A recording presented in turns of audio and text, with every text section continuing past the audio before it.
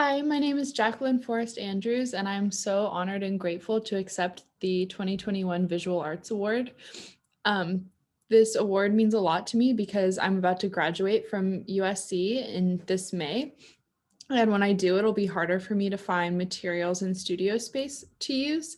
It means a lot to me to have more resources to be able to continue with my art practice. So I want to tell you guys a little bit about um, my work as my relationships and exploring relationships with my peers. And I'm an art teacher, so with my students and between myself and my professors and mentors, and using my work as a way to deepen and facilitate my relationships and also to reflect on them. And I use a lot of experimental portraiture methods. Starting with painting and drawing, printmaking, and photography. So a lot of different two-dimensional media, and then using those things to experiment and start working with craft mediums.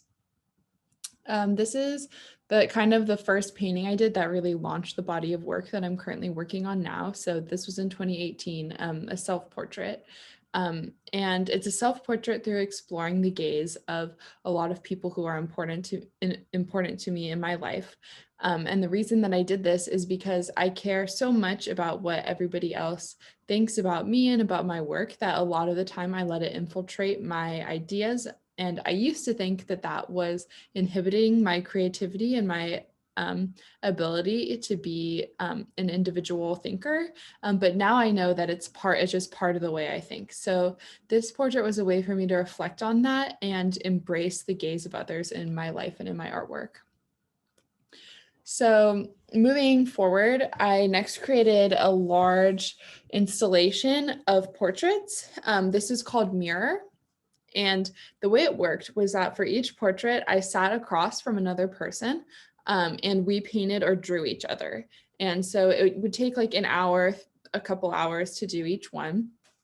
And we would chat. I would end up teaching them a lot about drawing and painting because most of my participants weren't artists. Um, and everybody basically told me that it was really relaxing and meditative. And I felt like I really furthered my relationship with every person that I did the project with. Like, for example, in this piece, this piece I did basically with all of my best friends from growing up, but some of them were friends that I had been close with when I was a young child and had grown apart from, but still had their phone number.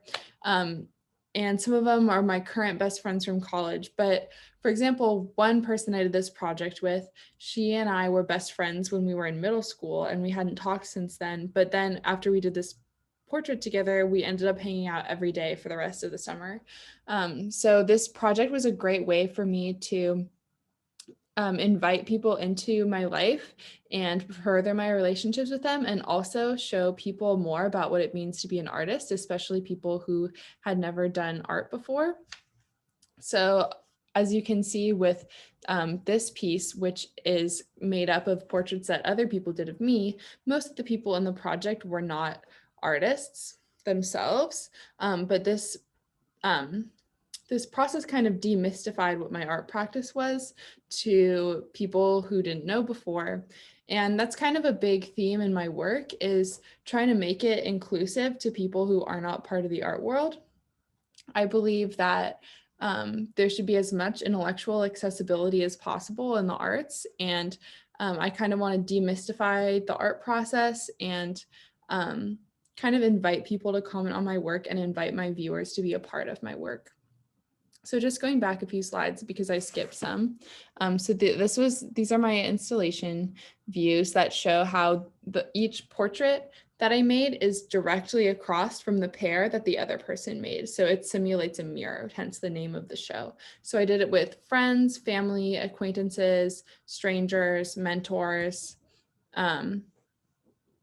So this was a piece I did in charcoal and a close-up of just one of them. And this piece I did in oil, which I already showed. And what I love about this is that it really shows the unique creativity of all of the people who participated in it.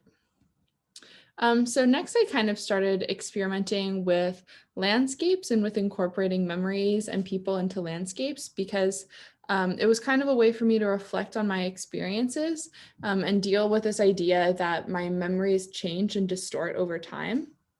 So um, when I think of a memory, it's not like a clear story of what happened. It's more of a piecing together of a lot of different motifs and a lot of different emotions that I felt while experiencing that memory. So these kind of fractured collages are a way for me to deal with that idea. This photo is from a piece that I did called Love Language, where I wanted to bring that idea of distorting memories and make it a reciprocal process between myself and my viewer. So for this process, I used analog photos that had gotten distorted. In just the analog process, things get underexposed, overexposed, blurry. And I used those, and I used an image transfer process where I was manipulating my pieces by hand as I printed them. I was like ripping them and bubbling and tearing. So I ended up with these distorted photos. And then I asked the participants who I had taken the photos of about their memory from the experience when I took the photo. And once they told me a story about what they remembered, I then drew or painted or scratched it into the surface of the paper. And so I included them, and this piece became a document of the way our memories change together over time. So this is an installation view of all of those photos together. The next step I started taking with my drawings is layering them together also to kind of represent how time distorts things and how time changes bodies, even moving two-dimensionally. And this is kind of a way for me to take something with the linear trajectory of time and put it onto a 2D canvas or a 2D plane. So this was one figure who was just moving around. And this is kind of the same idea. It's a drawing made up of a bunch of photos of me underwater. This one is another one that's a similar idea, but I did it of statues in the Piazza della Signoria in Florence, and kind of a way to modernize those really old Mannerist statues. These photos I made about different experiences that I had related to the pandemic. The one on the left was a way for me to process anxiety that I felt during the wildfires this fall. And the piece on the right was from the last couple days before everything was shutting down for the pandemic. So both of these pieces deal with kind of a fracturing of my worldview and a fracturing of my anxiety, and kind of me trying to piece together different perspectives to make sense of those events. Another part of my process that is very important to me is analog photography. And what I like about this is that even in moments like I was just describing that are full of anxiety, when I take analog photos and then I develop them, it reminds me of all these beautiful moments that I experience in my daily life. So one thing that I've been doing in the pandemic is taking analog photographs of my roommates. And as you can see, both of these are from them cutting their hair on the porch, which is something that we've started doing to avoid going to the barber shop during the pandemic. And so I've been taking photos of my roommates and developing them. I have a little darkroom set up in my bathroom, and developing them just to show the beauty and just sharing life together, no matter how mundane the activities that we're doing together are. And here's more portraits of my roommates, just kind of experimenting with how water distorts the pictures over time. I painted them with ink on wet paper. And now we're getting into my most recent work, and these pieces are actually behind me right now. So I went back and I continued to reflect on the first painting that I showed everyone, which was an oil painting of eyes. And I wanted to make that into a work combining household craft materials, because using crafts, I feel, puts the work in a place where it feels more accessible for people to comment on. And it also brings this notion of warmth and comfort in the home to my work. So that's why I decided to make a quilt. And so I continued to expand on this motif of using eyes, but this time piecing them together in the quilt. And on the photo on the right, that is it installed on my actual bed that I sleep on.